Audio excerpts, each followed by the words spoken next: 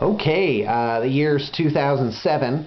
We're going to Adepticon, which is a gaming convention, and in Chicago. And me and three people from the business are going, and so we get held up at security, and that was because of ID. My ID was expired. And so I had to go through, this other line or something like that. So I'm barely going to make my flight.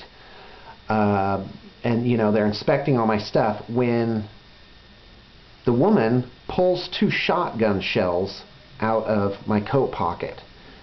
And my blood runs cold.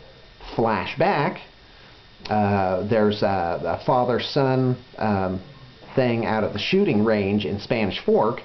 And I think it'd be great if we take some of the spent shotgun shells to keep, kind of as a souvenir.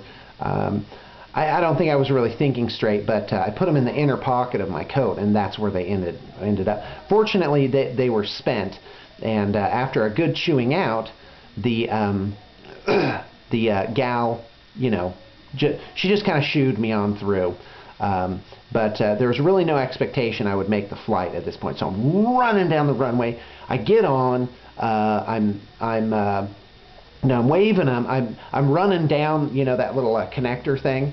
I'm running down it, and thump, thump, thump, thump. Don't leave yet. And so I get on board. I sit down in the first spot that I could possibly sit down in, and whew, I made it. Well, I found out later that so that's the end of that story. But the other side of the story was that evidently there was a father and a son who the son was really young, and he couldn't find a seat. And they couldn't find a seat together, that is. There were only two seats left, like, not next to each other. And evidently when I came down, I plopped down in one of the seats. And basically they had to get, I didn't know this, but basically they had to get off because